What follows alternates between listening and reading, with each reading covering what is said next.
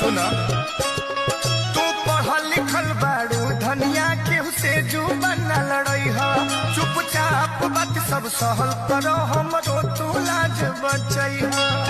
केहू तिरछा तकनी कहे केहू बात पकनी कहे कुछ कहे हो ऐसैया